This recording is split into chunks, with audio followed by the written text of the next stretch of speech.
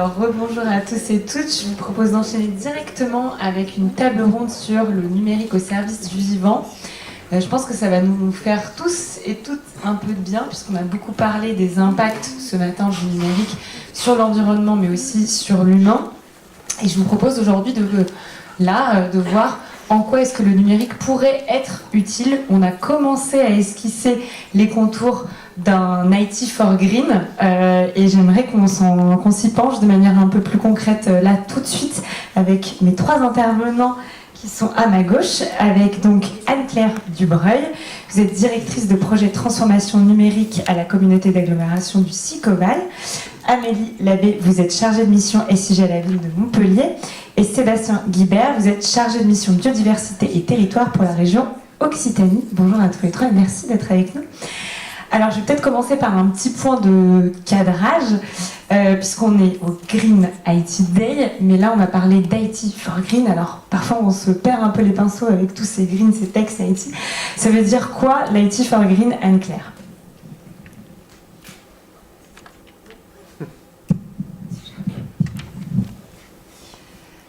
IT for Green, alors c'est vrai que moi j'avais un peu ma définition, puis ce matin c'est vrai que ça a été quand même assez déconstruit, la notion d'IT for Green, et ça questionne malgré tout, est-ce qu'il y a vraiment une IT for Green. Je renvoie aux conférences demain de Gilles Malpart, qui a bien analysé la CV des solutions d'IT for Green, et donc il en parlera demain, et je pense que c'est peut-être pas si simple qu'on le pensait, de l'IT au service du vivant et du vert, si vraiment on regarde tout la CV des solutions numériques que l'on utilise.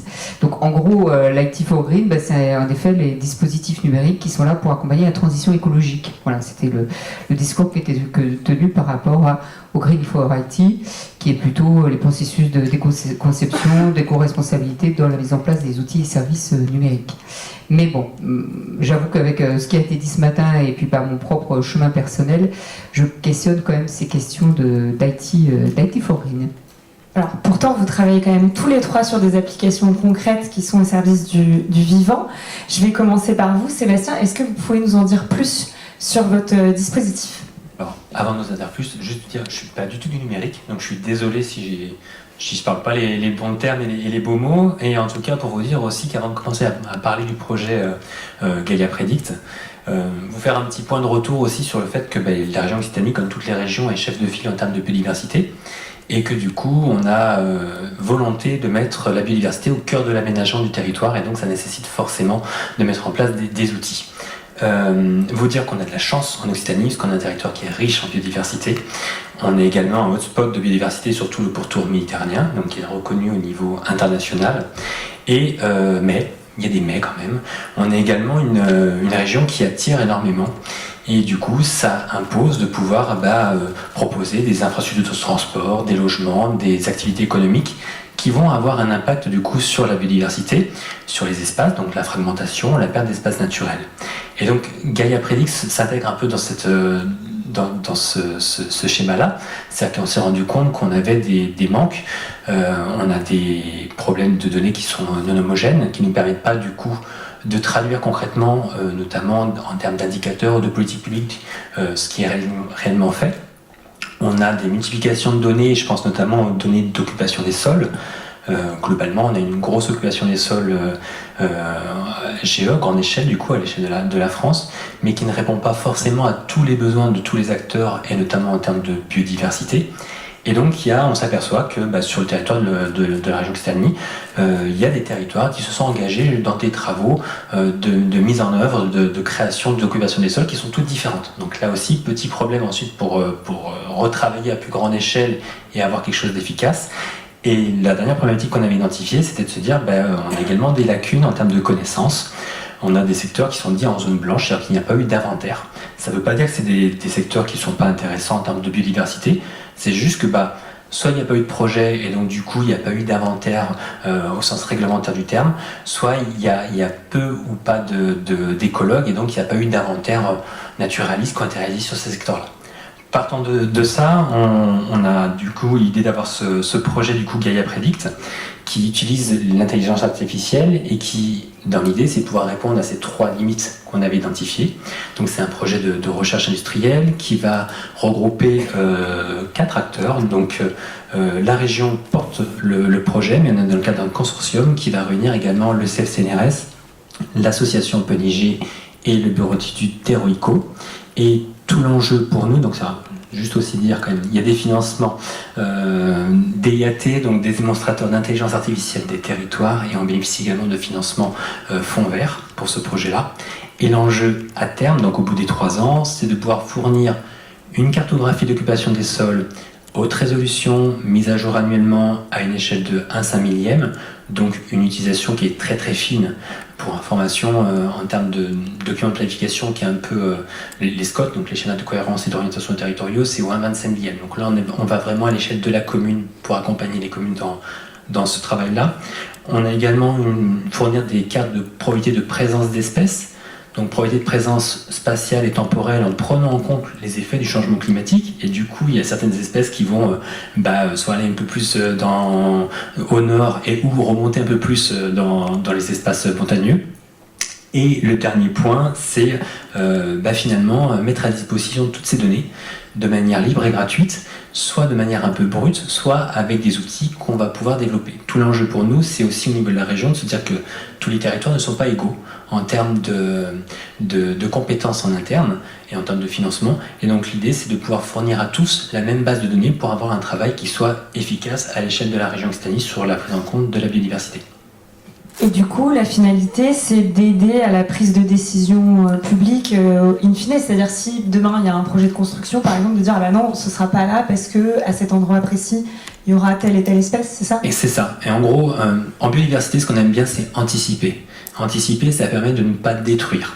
Et donc tout l'enjeu pour nous, c'est à la fois d'accompagner sur les documents de planification, SCOT, PLU, PLUI, donc apporter de l'information en disant attention, là il y a des risques d'avoir telle ou telle espèce, et donc se dire ces espaces-là, je ne vais pas les développer, puisque c'est à partir de là finalement que tout l'enjeu est, dès lors que ça commence à être indiqué comme un secteur potentiellement à développer, les projets après ils se font.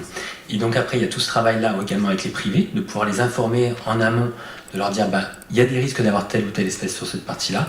Et puis également il y a tout ce qui est politique publique, on le sait tous, on a de moins en moins d'argent, et donc il faut être de plus en plus précis sur les missions qu'on va mener, au-delà du attention, il ne faut pas détruire, il y a attention, il n'y a pas de connaissances, et donc du coup où l'engagement public va se mettre en place pour améliorer ces connaissances et faire en sorte que finalement ces zones dites blanches, on puisse révéler réellement ce qu'elles comportent. Amélie, vous aussi, vous travaillez à cette meilleure connaissance avec un outil qui s'appelle GeoNature. Est-ce que vous pouvez nous en dire plus aussi ? Oui, alors donc l'outil GeoNature, pour le moment, il n'est pas encore en place. Donc je vais peut-être revenir un peu en amont sur la démarche de la ville de Montpellier et pourquoi est-ce qu'on a décidé de mettre en place cet outil-là. Donc moi, je travaille à la mairie sur le territoire de la ville de Montpellier, dans la direction nature, agroécologie et paysage. C'est la direction qui est en charge de la gestion des espaces verts et du patrimoine arboré de la ville de Montpellier, mais également de la biodiversité en ville. Donc il faut savoir que depuis les années 90, ce qui a été mis en place, c'est une gestion différenciée des espaces verts. C'est-à-dire qu'on va plus prendre en compte la biodiversité, on va plus faire attention à la gestion en eau sur les espaces verts. Peut-être que de plus en plus, vous voyez à certains endroits que les communes mettent des panneaux en indiquant qu'il y a une fauche tardive qui se fait sur les abords de voiries. Depuis quelques années aussi, depuis le nouveau mandat, il y a un comité arbre qui a été mis en place, c'est-à-dire qu'avant chaque abattage d'arbres, on va faire un inventaire de la biodiversité, de la faune, flore qui se trouve sur ces arbres pour voir comment compenser le désagrément d'un abattage en fonction de différentes raisons. Donc il y a beaucoup de démarches qui sont mises en place comme ça pour prendre de plus en plus en considération la biodiversité en milieu urbain. Parfois il y a des inventaires qui sont réalisés de façon ponctuelle, donc sur les arbres ou en cas de projet d'aménagement comme le disait Sébastien également. Et donc tous ces inventaires qui sont faits récemment mais qui ont été faits aussi depuis des années, Ils sont dans des ordinateurs, sur des tableaux Excel, parfois on a des documents PDF, il y a des étudiants qui ont pu venir travailler pour faire des inventaires spécifiques sur le territoire. On travaille avec un laboratoire du CNRS à Montpellier, le CEF, qui lui aussi réalise des études avec la ville de Montpellier sur le territoire. Il y a des gros projets de suivi sur les mésanges par exemple. Et toute cette donnée, elle se fait de façon un peu ponctuelle. Après, parfois, il y a des suivis dans le temps, mais elles sont encore dans les ordinateurs de chercheurs ou de collègues. Et on était à la recherche d'un outil qui nous permette de centraliser cette donnée, de pouvoir la mettre dans un format propre, dans un format similaire, pour pouvoir justement l'étudier, parce que vu que là elle est très disparate, c'est compliqué quand même d'arriver à travailler sur des évolutions, sur des tendances, sur des répartitions. Donc on a un peu regardé qu'est-ce qui existait comme outil, et on a vu que le Parc national des Écrins avait mis en place quelque chose qui s'appelle GéoNature. Donc là l'objectif, au début c'est les parcs naturels qui ont développé ça pour prendre en compte la biodiversité de leurs espaces. Ce qui est intéressant, c'est qu'ils ont développé un outil libre, et du coup ils invitent de plus en plus de territoires à se l'approprier. Donc c'est beaucoup les PNR qui les ont utilisés, mais de plus en plus de collectivités les utilisent. Et ça nous permettra de rassembler notre donnée historique et puis la donnée future dans un même système d'information, la géographique, qui sera compatible aux standards du SINP. Donc là aussi, c'est l'État qui a mis en place un format de données naturaliste, parce que c'est une donnée, la donnée biodiversité. Alors moi non plus, je ne suis pas spécialiste. Là, je ne suis pas spécialiste de la donnée naturaliste, elle est quand même assez pointue, et la façon dont est décrite une espèce, on parle de taxons, et ces taxons peuvent évoluer aussi, de ce que j'ai compris. Donc grâce à ce référentiel national du SINP, on parle tous le même langage, et du coup ça va pouvoir nous permettre vraiment de pouvoir étudier cette donnée, et comme l'a dit Sébastien, c'est ça aussi qui va nous permettre de mieux prendre en considération la biodiversité dans nos territoires. Et du coup, là, la finalité, ce sera la même, c'est-à-dire permettre une meilleure prise de décision publique, j'imagine, de se dire, OK, une fois qu'on a toute cette donnée centralisée, on pourra prendre des décisions éclairées. Exactement. Et puis aussi, ça nous permettra de valoriser aussi cette information auprès du public, puisque c'est un outil à la fois interne, un côté back-office qui nous permet de rentrer de la donnée, mais c'est aussi un outil qui permet un porter à connaissance, et qui va nous permettre de partager cette donnée auprès du grand public. Et quand ils verront un panneau feuille tardive, au lieu de se demander mais pourquoi est-ce qu'ils laissent ces herbes toutes jaunes pousser le long des routes, ils pourront comprendre que en fait c'est un vrai habitat pour de multiples espèces, et que si on les laisse là à ce moment-là, c'est pour permettre aux espèces de se reproduire, d'être dans un cycle de vie avant de leur enlever leur habitat, leur lieu de vie. Anne-Claire, vous avez un autre exemple de numérique au service du vivant et de l'environnement, avec notamment une solution de détection de fuite d'eau via l'IA. Est-ce que vous pouvez nous en dire un peu plus ? Oui, alors peut-être repréciser ce qu'est le SICOVAL aussi, et un peu la politique que l'on mène sur ces sujets-là. Donc le SICOVAL, c'est une communauté d'agglomération qui est au sud-est de Toulouse, qui a 85 000 habitants et 36 communes, et qui a voté un peu en amont de la loi REN, réduire l'empreinte environnementale numérique, sa propre stratégie numérique responsable, qui est une stratégie systémique. Il y a un volet social, il y a un volet économique, il y a un volet écologique, et il y a un volet souveraineté, éthique et cybersécurité. Et donc aujourd'hui, la manière dont on déploie le numérique au sein de la collectivité, c'est vraiment ancré sur toutes ces valeurs-là, d'inclusion, de sobriété, de frugalité, de résilience, d'éthique, de souveraineté, etc. Et en fait, les métiers aussi participent à ce numérique responsable, et même la manière dont on va déployer l'IA, c'est inscrit dans notre stratégie, c'est autour de la transition écologique, donc pour une IA utile et non futile, hein, comme on disait ce matin, et pour la performance publique, parce qu'on est là aussi pour rendre le meilleur service à nos populations et à nos entreprises. Et donc la détection des fuites d'eau, c'est venu du métier, qui en fait c'est aussi une équation économique. Hein. On perd 1 million d'euros par an donc de l'eau qui a été collectée, qui a été traitée, qui a été donc transportée, etc. Et qui part dans les nappes phréatiques. Bon, en soi, on peut se dire c'est bien, c'est dans les nappes phréatiques, mais c'est quand même de l'eau voilà, qui a été optimisée pour la consommation humaine. Donc c'est pas, voilà, 1 million d'euros, c'est pas rien. On a un réseau qui est fuyard à peu près à 25%, hein, comme beaucoup de réseaux en France, et encore plus en milieu rural. On est dans des volontés d'économie à tout point de vue, économie bien sûr financière, mais aussi économie écologique, et on a des programmes de transition écologique. Donc naturellement, on s'est posé la question de comment optimiser la collecte et que ça aille au plus près des personnes.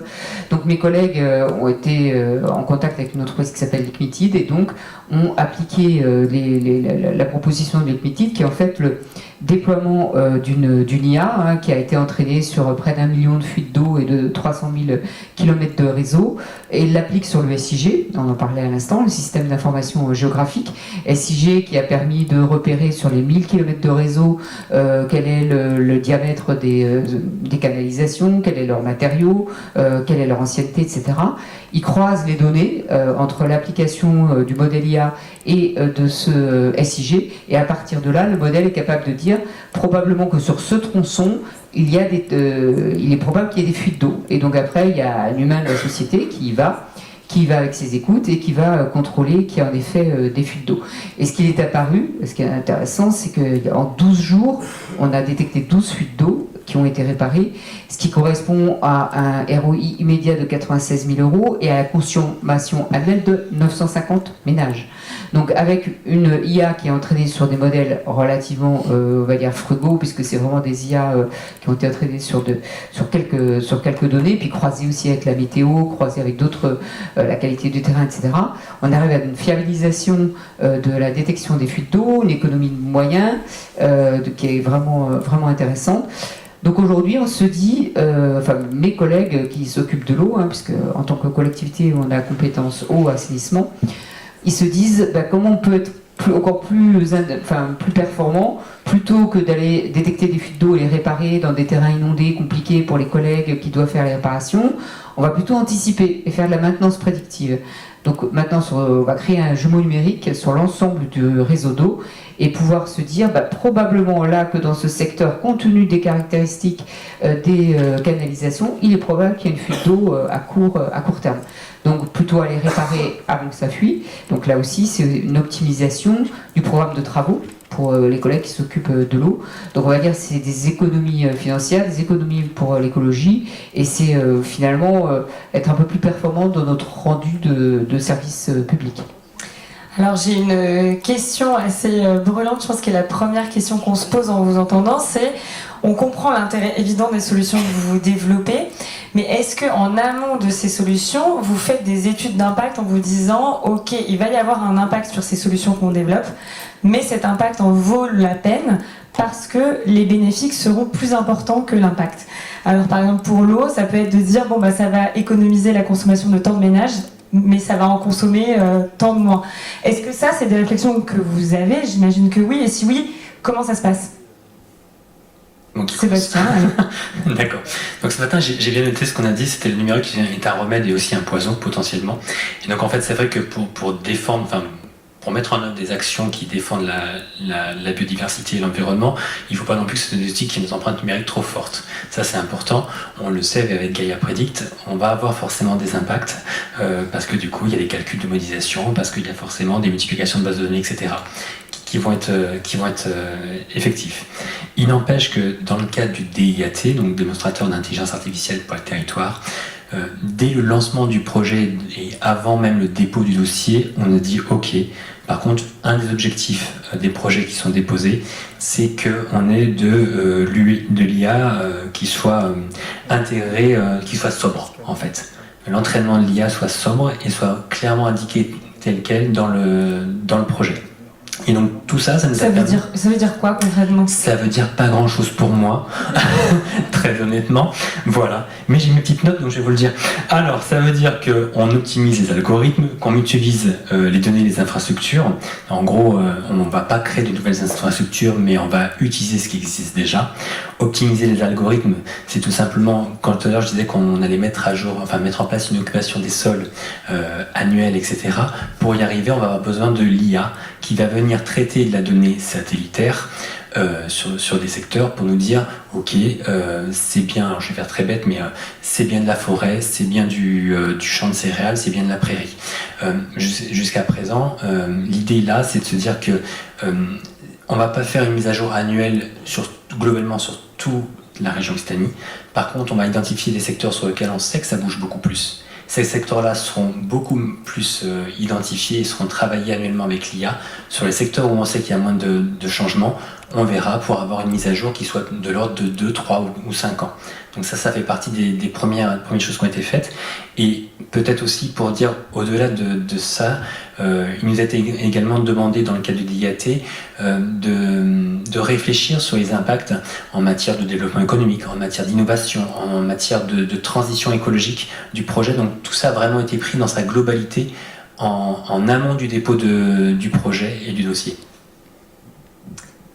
Pour vous deux, est-ce que c'est pareil, c'est des questionnements que vous oui, bien sûr, avez, c'est des questionnements et on parle bien sûr du cycle de vie, de l'ensemble de... Voilà, en effet, on a des gains, mais il y a certainement aussi des pertes d'un autre côté. C'est pour ça que je trouve que l'étude de l'ADEME qui a été pilotée par Jules Malpart de Mavana est particulièrement éclairante sur ces sujets-là, parce que nous ne nous trompons pas dans les choix que l'on peut faire en se disant on va avoir des gains et finalement peut-être que le bénéfice ne sera pas si réel que ça pour la planète et pour l'environnement et pour le vivant. Nous, c'est plutôt dans les critères d'achat, puisqu'on on est en train de produire un SPASER, donc un schéma de promotion des achats responsables écologiquement et socialement. Et dans le cadre de ce SPASER, dans les critères d'achat, il y aura des choses autour des critères d'achat de l'IA, et notamment que cette IA soit le plus frugale. Alors c'est un peu des oxymores, j'ai un peu de mal avec IA responsable et IA frugale, mais en tout cas, dans notre manière d'acheter maintenant le numérique, on sera de plus en plus vigilant sur ce côté aussi frugalité, éthique, souveraineté, c'est aussi important, c'est comme une société française, liquide, donc il y a aussi cet aspect-là qui nous paraît important, et malgré tout, l'entraînement sur des bases de données réduites, qui s'enrichissent petit à petit, mais qui ne sont pas non plus extrêmement gourmandes. Et après, il faudrait aller vérifier les serveurs sur lesquels c'est aujourd'hui, où sont les data centers, comment ils sont refroidis. Et ça, c'est des choses qu'on verra ultérieurement dans le cadre de l'achat de nos IA. Amélie, sur cet aspect souveraineté, justement, vous avez commencé à mentionner que GeoNature, ce serait un outil développé en accès libre, c'est ça? C'est un outil libre. Donc c'est vrai que on a trouvé ça intéressant, ce volet-là, lorsqu'on a choisi l'outil GeoNature. À la fois le fait qu'il soit open source, si je ne me trompe pas, dans les termes aussi informatiques, donc au niveau du code, mais aussi de produire de la donnée qui puisse être redistribuée aussi, enfin qui alimente l'open data via le SINP. Donc ça permet d'avoir de la donnée partagée et de ne pas reproduire systématiquement de la donnée au même endroit parce qu'on n'a pas l'historique de la donnée qui a été produite. Là, ça va vraiment nous permettre de centraliser dans une même plateforme. Donc notre objectif, c'est de publier après la donnée en open data, mais déjà de rassembler tout le travail qui a été fait à l'occasion de différentes études. Et ça aussi, à la fois au niveau du logiciel, mais aussi au niveau de la donnée produite, c'était intéressant pour nous, tout ce volet d'open data et de logiciel libre. Justement, sur cet aspect de collecte de données, il y a de plus en plus d'applications de sciences participatives qui permettent aux citoyens de localiser la faune, la flore, et donc de participer à cette construction de connaissances, à cette meilleure connaissance du territoire. Est-ce que vous pensez que justement c'est un outil qui peut être intéressant, cette science participative, dans un contexte, d'ailleurs vous l'avez rappelé, de baisse des financements aussi des scientifiques, et puis de défiance généralisée envers la science et les scientifiques? Est-ce que ça peut être un moyen de reconnecter les citoyens à la science? Anne-Claire. Oui, alors j'ai fait un peu de recherche, parce que moi je ne m'occupe pas de tous les sujets, mais on a un atlas de biodiversité intercommunale au Sicoval. Et dans le cadre de cet atlas, il y a eu tout un travail de crowdsourcing de données entre les citoyens et puis la donnée plus scientifique. Et donc on a proposé, mais aussi dans le cadre d'une sensibilisation, avec bien sûr des chantiers participatifs et d'autres apports plus pour sensibiliser la population à la biodiversité à proximité de chez elles, parce que c'était sur leur commune. On leur a proposé de collecter des données, donc de faire des inventaires assez précis sur la faune, sur la flore, sur les oiseaux, sur les reptiles, les amphibiens, etc., pour qu'ils soient sensibilisés déjà au sujet, puis après, justement, de faire cette collecte de données pour Géonature Occitanie, et donc d'alimenter les bases de données qui existent en région. Peut-être ça pourra alimenter aussi le projet Gaia Predict. Déjà les sensibiliser au fait que la donnée c'est important pour pouvoir après la partager et justement faire des inventaires qui permettent pour l'aménagement, pour d'autres choses, de pouvoir investir au meilleur endroit et là où il y a le moins de conséquences sur le plan écologique, et puis de pouvoir alimenter ces bases de données qui sont repérées, identifiées, référencées, avec en effet des métadonnées, j'imagine, et puis moi je les connais pas, mais avec une manière de formuler la donnée, la standardiser pour la rendre plus interopérable, et puis ensuite bien sûr pouvoir mieux la partager et l'exploiter ou l'utiliser. Donc oui, on a fait des travaux de cette nature-là. Ouais. Sébastien, vous aussi, ça vous parle, cet aspect de sciences participatives ou pas du tout ? Oui, alors si. Bon, c'est forcément des données qu'on va utiliser dans le cadre du SINP, donc du système d'information nature et paysage qui est porté par l'Adréal et qui regroupe toutes les données naturalistes, qu'elles soient publiques ou privées, et notamment dans le cadre du coup d'inventaire qui pourrait être réalisé en lien avec des associations et ou des programmes qui sont financés. Alors moi je vais faire le petit relou quand même de la bande en disant attention quand même, parce que ça peut aussi avoir un effet négatif. C'est-à-dire que ces inventaires participatifs, il faut pour moi qu'ils soient réellement encadrés. Il faut que ça soit fait en lien avec une association environnementale par exemple, ou dans le cadre de projets type APC, pour s'assurer déjà que la donnée qui est collectée elle est homogène. Parce qu'on voit bien que c'est un petit peu notre objectif à tous, si on veut pouvoir l'utiliser, il faut que ce soit homogène, il faut que ça rentre bien dans la case, et surtout il ne faut pas que ça ait un effet contre-productif. Concrètement, si je vous dis que j'ai vu un super nid de Bonelli sur la face du Pic Saint-Loup et que je le mets, le risque c'est d'avoir 50 personnes qui disent super, le week-end prochain je vais aller voir le lac de Bonelli, et finalement venir embêter l'animal et faire en sorte que au lieu de la protéger, on la fait disparaître. Donc vraiment ce côté science participative est très intéressant pour remobiliser le citoyen dans sa connaissance sur la faune et la flore qui l'entourent, mais pas seul et pas dans le cadre d'une application X ou Y. On parle souvent du géocaching qui pose aussi des problèmes un peu comme ça, où on a des caches qui sont à proximité de sites où des espèces protégées se situent, et on a énormément de mal ensuite à faire retirer ces informations sur les sites, ce qui fait que ça pose vraiment problème pour la protection et préservation de ces espèces-là. Amélie, un mot sur ça ou pas ? Oui, moi c'est vrai que je trouve intéressant, malgré les garde-fous qu'il y a, mais finalement connaître la donnée, connaître la localisation des espèces, connaître leur richesse permet aussi de la protéger. Et aussi les sciences participatives, des inventaires avec des smartphones, ça peut rentrer un peu dans le smart gaming, non ? Comme on dit, au lieu d'aller chercher des Pokémon, on invite les enfants à aller chercher des espèces qui les entourent. Souvent, ils vont être attirés par les petits mammifères, les insectes. C'est quelque chose qui parle beaucoup au jeune public. Et on en a parlé ce matin, de la question de sensibiliser le jeune public. On va avoir envie de protéger ce qu'on connaît. Donc si ça amène les enfants à aller dans des lieux naturels et découvrir leur environnement le plus proche, je pense qu'on gagne déjà aussi une partie de l'intérêt de ces outils. Merci à tous les trois. Est-ce qu'il y a des questions dans la salle sur cette idée de IT for Green et de numérique au service du vivant ?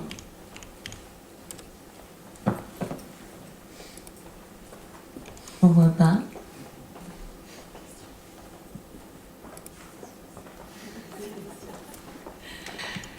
Bon, dans ce cas-là, est-ce que vous avez un mot pour conclure tous les trois ? ou pas, sinon on peut passer directement aux ateliers.